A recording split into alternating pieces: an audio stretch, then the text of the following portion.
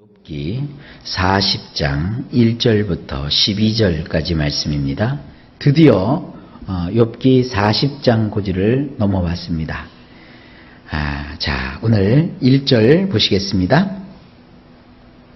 여호와께서 또 욥에게 일러 말씀하시되, 원문 이렇습니다. 여호와께서 욥에게 대답하셨다. 그분이 말씀하셨다. 계속 반복되는 그런 표현이죠. 말씀하셨다, 또 대답하셨다, 이런 표현이요. 자, 2절을 보십니다.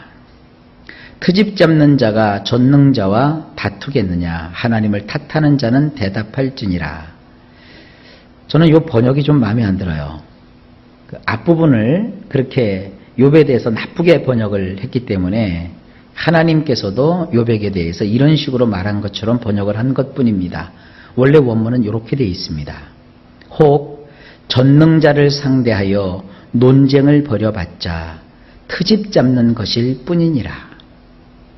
엘로아에게 따져본댔자 그는 그에게 대답할 뿐이라.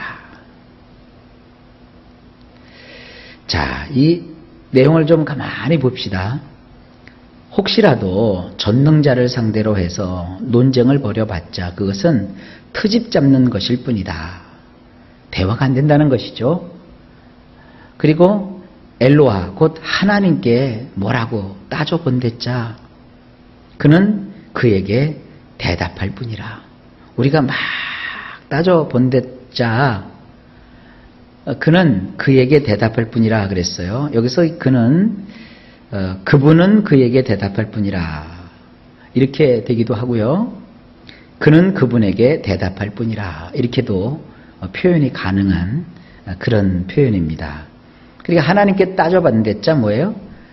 그는 그에게, 다시 말해서 그는 자신에게 대답할 뿐이라 이렇게도 이 구절을 번역할 수 있어요. 근데 저는 이 세 번째 번역이 좋아요. 엘로하에게 네가 뭔가 따져본다고 했자 그것은 네 자신이 묻고 네 자신이 대답할 뿐이다. 하나님은 아까 쭉 나왔죠? 말 얘기도 나오고 또 공중에 나는 독수리도 나오고 구름 얘기도 나오고 태풍 얘기도 나오고 뭐 번개 얘기도 나오고 그거 다 하나님이 하시는 건데 그거 뭐 인간이 이랬다 저랬다 하나님께 따져본댔자 그는 자기 자신에게 질문하고 자기 자신에게 답변할 뿐이라 하나님과는 다 아무런 상관도 없다. 주님이 이제 본래 가지고 있던 마음을 드러내시잖아요. 원래 이 시험은 누가 시작한 거예요? 이놈은 사탄이 시작한 거라고요. 근데 하나님은 하등에 이것에 대해서 욥에게 무슨 말을 들으실 필요도 없고 그렇다고 해서 욥에게 대꾸하실 필요도 없는 그런 일이었습니다. 그런데 그 친구들은 다 뭐예요? 욥이 그렇게 어려움을 겪은 것은 하나님께 벌 받았다고 그러는 것이고 욥은 또 뭐예요? 아니라 이거예요. 내 하나님이 나에게 이렇게 벌을 내리실 이유가 없다. 근데 내가 지금 이렇게 벌을 받고 있는 것 같은데 이건 뭔가 착오가 있는 것이다. 나는 그것을 모르겠다.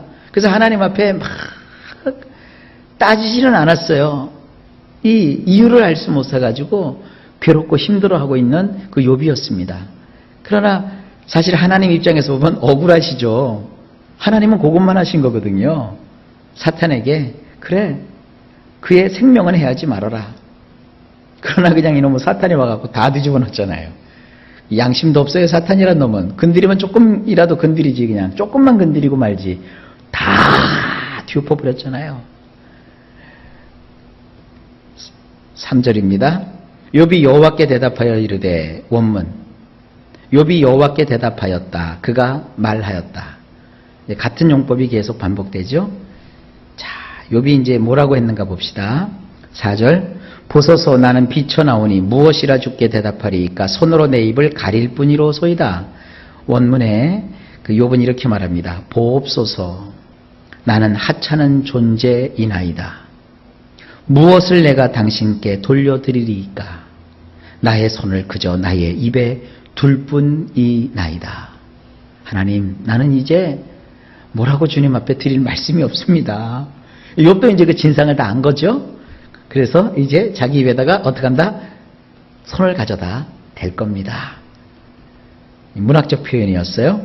5절 내가 한 번 말했사온즉 다시는 더 대답하지 아니하겠나이다. 원문이 이렇습니다. 한 번 내가 말했으면 되었나이다. 두 번은 내가 대답지 않으리이다. 나는 더하지 않으리이다. 이게 뭐예요? 더 이상 이제 할 말 다 했으니까 안 하겠습니다. 그게 아니라 하나님, 제가요 더 이상 말씀드릴 것이 없네요. 이미 하나님께서 속 시원하게 욥의 마음을 다 뚫어버리셨어요. 그죠? 욥아, 네가 이래서 이런 일을 겪은 것이다. 저래서 저런 것이다. 그건 이거다. 이렇게 말씀하지 않으셨어요. 하나님께서 온 우주 만물을 보여주시면서 욥아, 그건 다 내가 한 것이다. 내가 한 것이다.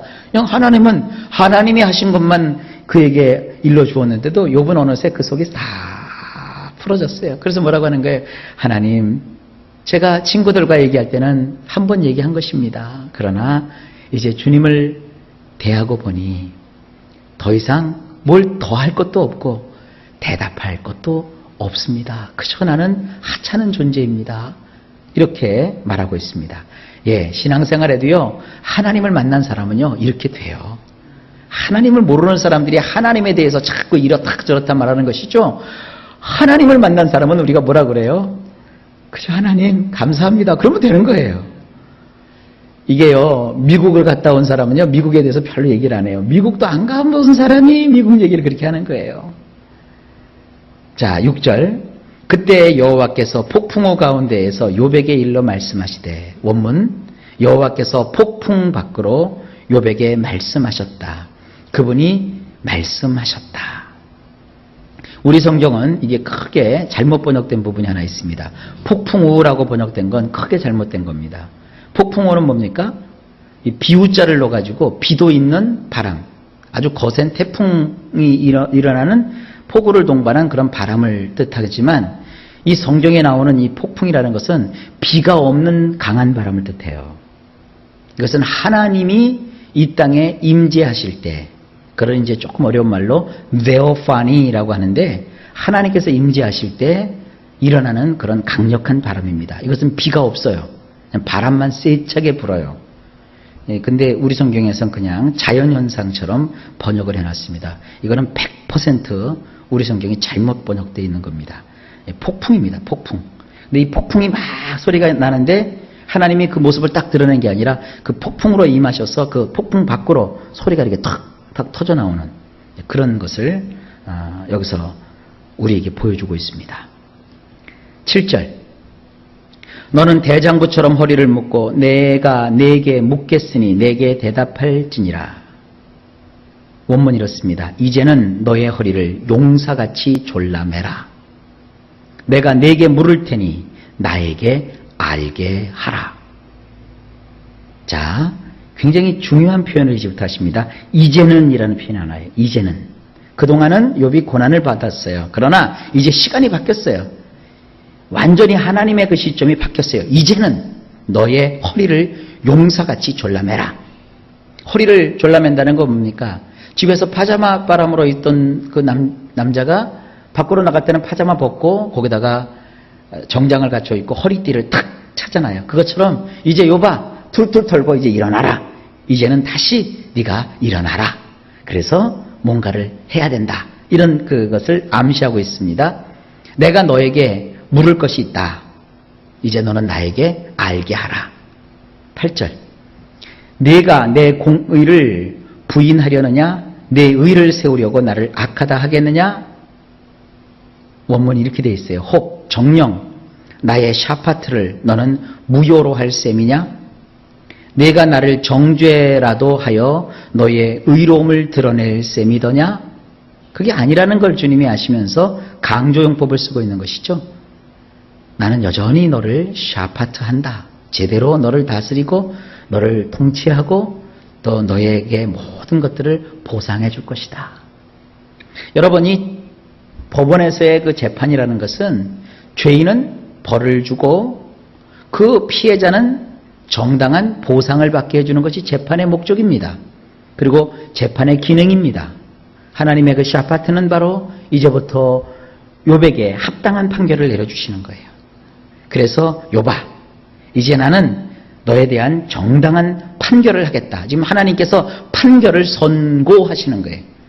그 판결문이라고 하죠. 재판 쭉 받을 때 뭐 이쪽 변호사 저쪽 변호사가 막 서로 법적인 다툼을 할 때는요, 시비가 막 엇갈려요. 그러나 이제 최종적으로 모든 것을 재판을 종결을 해버려요.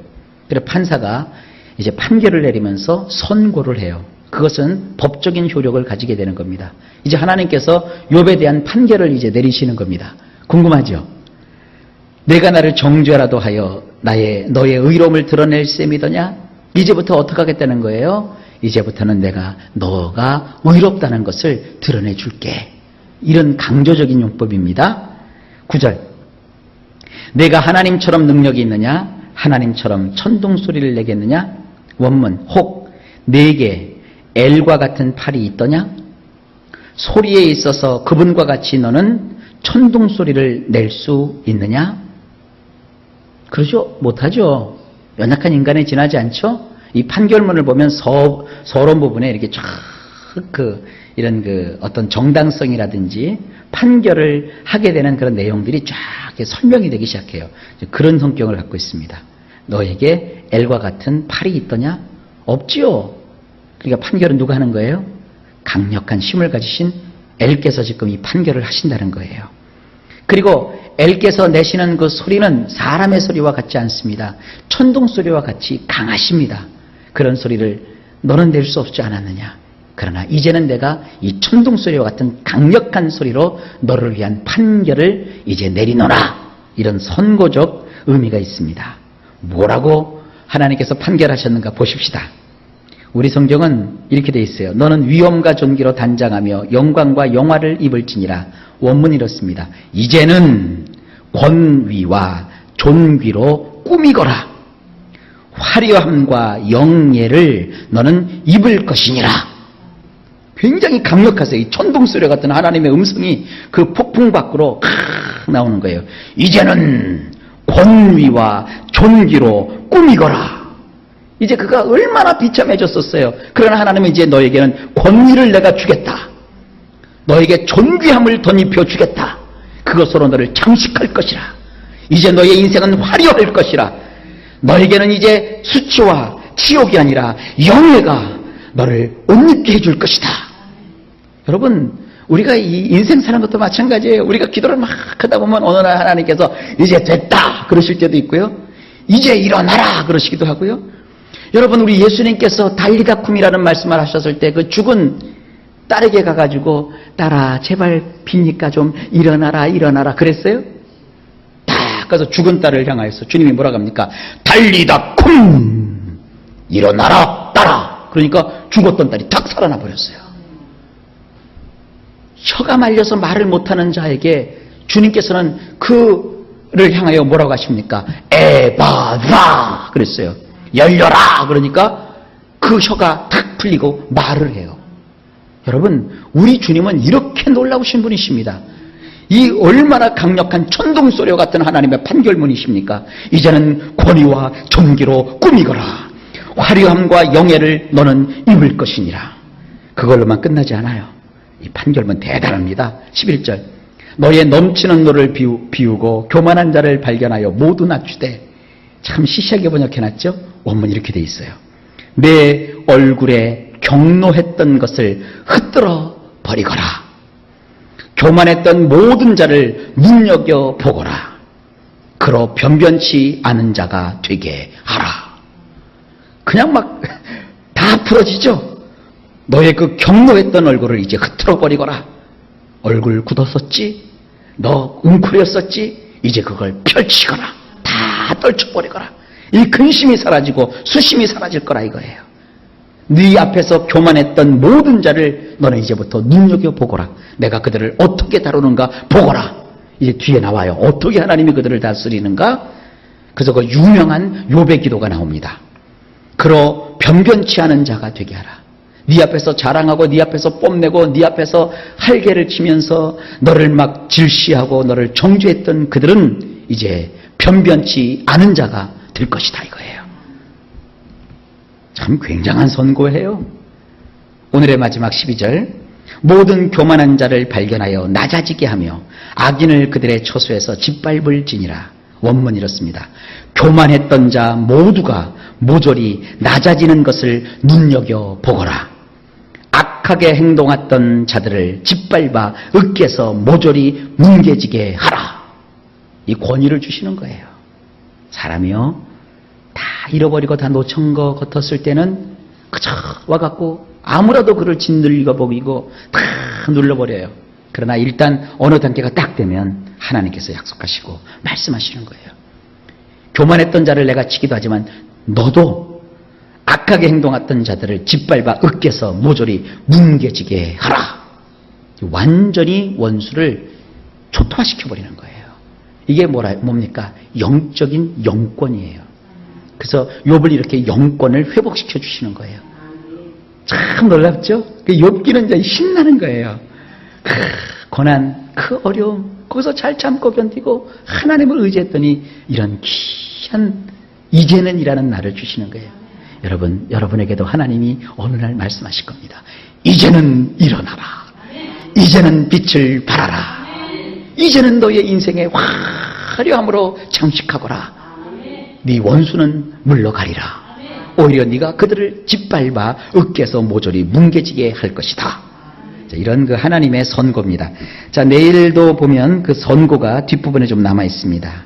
그걸 보고 이제 선고가 끝나면 그 선고하신 것에 대한 어떤 풀이가 나와요.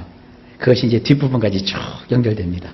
욥기 참 이제 마지막 분이 참 신나죠?